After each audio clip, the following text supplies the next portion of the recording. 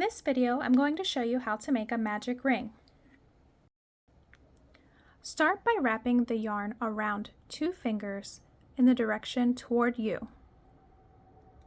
Hold the tail end of your yarn with your thumb and the working end of your yarn with your pinky. Next, insert your hook under the first strand of yarn, grab the back piece of yarn, and pull it up. Twist your hook to create a loop. Now we'll be creating a chain 1. Wrap your hook around your working yarn and pull through. Now carefully remove your fingers from inside the magic ring.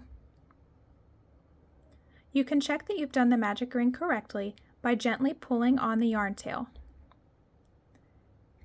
If the ring adjusts, you've done it correctly. Typically, when you're working a magic ring, it begins with 6 single crochet stitches inside the magic ring. When you're working your first single crochet, you should do it a bit more loosely so that it's easier to get your hook into whenever you go to work your second round of stitches. For your first single crochet, insert your hook inside the magic ring, making sure that you're going under both the magic ring and your yarn tail. Pull up a loop, yarn over, and pull through both loops on your hook, creating your first single crochet. And again, insert your hook into the magic ring, pull up a loop, yarn over, and pull through both loops on your hook.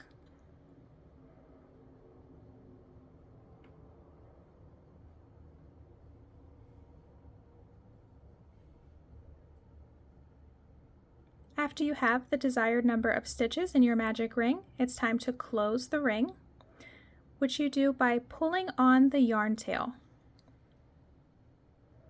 You can see the ring is closing, and you want to pull that as tightly as you can so that there is no gap between the stitches here.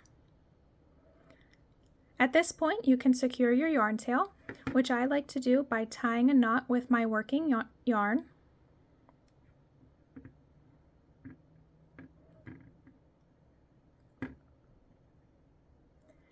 And then you'll continue working your next round of stitches. And that's how you make a magic ring.